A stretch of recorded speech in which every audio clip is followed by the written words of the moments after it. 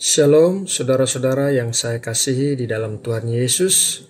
Semoga saudara semua berada dalam keadaan baik-baik saja dan terlindungi dari wabah penyakit apapun. Mari saudaraku, kita berdoa untuk memulai renungan ini.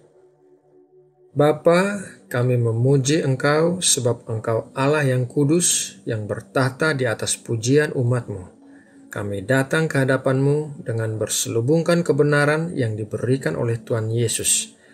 Terima kasih buat sepanjang hari yang sudah kami lalui bersama-sama Engkau. Apapun yang telah terjadi hari ini, keberhasilan ataupun kegagalan, kami percaya Engkau tidak pernah meninggalkan kami, dan Engkau akan memakai semua hal untuk mendatangkan kebaikan bagi kami. Terima kasih untuk kasih-Mu yang besar ini. Sekarang kami telah menyiapkan waktu dan hati kami untuk menerima berkat firman-Mu. Berikanlah pengertian bagi kami untuk bisa melihat kebenaran firman-Mu dan melakukannya dalam hidup kami. Terima kasih Bapa, dalam nama Tuhan Yesus Kristus kami berdoa dan mengucap syukur. Amin. Saudara yang terkasih, kita semua selalu memiliki pikiran di dalam kepala kita, dan pikiran setiap orang berbeda-beda.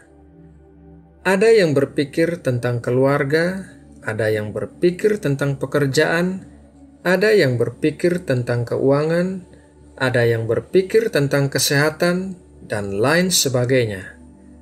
Oleh karena firman Tuhan berkata agar kita memiliki pikiran yang seperti pikiran Kristus, maka marilah kita melihat apakah yang selalu dipikirkan oleh Tuhan Yesus sewaktu Dia hidup di bumi ini. Markus 6 ayat 34 tertulis demikian. Ketika Yesus mendarat, Ia melihat sejumlah besar orang banyak. Maka tergeraklah hatinya oleh belas kasihan kepada mereka, karena mereka seperti domba yang tidak mempunyai gembala. Lalu mulailah Ia mengajarkan banyak hal kepada mereka. Satu hal yang selalu ada dalam pikiran Tuhan Yesus adalah orang-orang. Segala sesuatu yang dilakukan Tuhan Yesus adalah karena Dia memikirkan orang-orang. Dia mengajar, menyembuhkan, menegur, dan bahkan mati di kayu salib adalah karena orang-orang ada dalam pikirannya. Bahkan ketika Tuhan Yesus tergantung di kayu salib, Ia masih memikirkan ibunya dan meminta Yohanes untuk menerima ibunya. Dan juga ketika Ia berada di atas kayu salib, Tuhan Yesus berdoa agar Bapa mengampuni mereka, karena mereka tidak tahu apa yang mereka lakukan.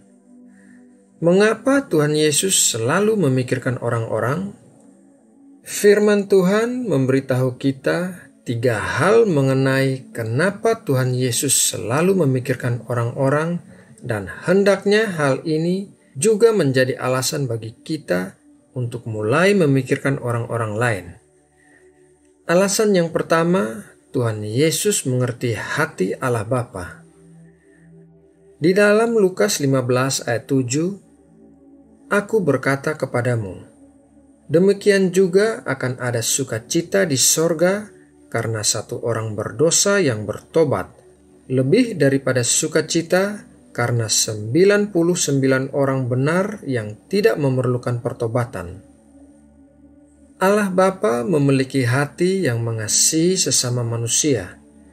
Dia tidak ingin ada satu manusia pun yang binasa. Dia ingin semua orang bertobat. Setiap manusia berharga di mata Tuhan. Tuhan tidak membeda-bedakan orang. Semua orang, baik orang kaya maupun orang miskin, orang yang sehat maupun orang sakit, tua atau muda, kecil atau besar, semua dikasihi Tuhan. Alasan yang kedua, Tuhan Yesus mengerti realitas kekekalan. Matius 25 ayat 46, dan mereka ini akan masuk ke tempat siksaan yang kekal, tetapi orang benar ke dalam hidup yang kekal.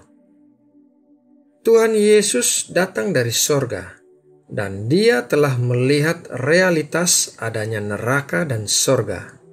Tuhan Yesus juga mengetahui bahwa sorga adalah tempat yang indah. Oleh karena Tuhan Yesus mengerti realitas kekekalan, maka dalam hidupnya di dunia ini, Dia berusaha menyelamatkan sebanyak mungkin orang. Dia berusaha melayani dan menyembuhkan mereka, sehingga membawa mereka kepada pertobatan dari dosa-dosa mereka. Dia tidak ingin ada satu manusia pun yang masuk neraka. Alasan yang ketiga adalah Tuhan Yesus melihat potensi setiap orang. Lukas 19 ayat 5-8 berkata, ketika Yesus sampai ke tempat itu, Ia melihat ke atas dan berkata, Sakeus, segeralah turun, sebab hari ini aku harus menumpang di rumahmu. Lalu Sakeus segera turun dan menerima Yesus dengan sukacita. Tetapi semua orang yang melihat hal itu bersungut-sungut, katanya, Ia menumpang di rumah orang berdosa.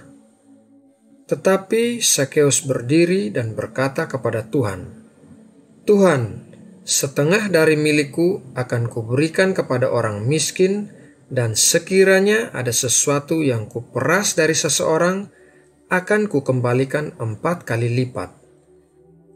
Orang lain melihat Sakeus sebagai orang yang tamak, sedangkan Tuhan Yesus melihat Sakeus memiliki kemurahan hati apabila bertobat. Orang lain melihat Petrus sebagai orang yang mudah terbawa emosi, tetapi Tuhan Yesus melihat dia sebagai orang yang bisa dipakai untuk mengembalakan gereja mula-mula. Tuhan Yesus mampu melihat yang terbaik dalam diri seseorang, meskipun orang lain melihat orang itu sebagai seorang yang buruk. Hanya Tuhan Yesuslah satu-satunya yang mampu melakukan hal itu, sehingga ketika Ia melihat seseorang, Ia melihat bisa jadi apa orang itu di masa depan. Saudara yang terkasih, demikianlah renungan malam ini mengenai memiliki pikiran Kristus.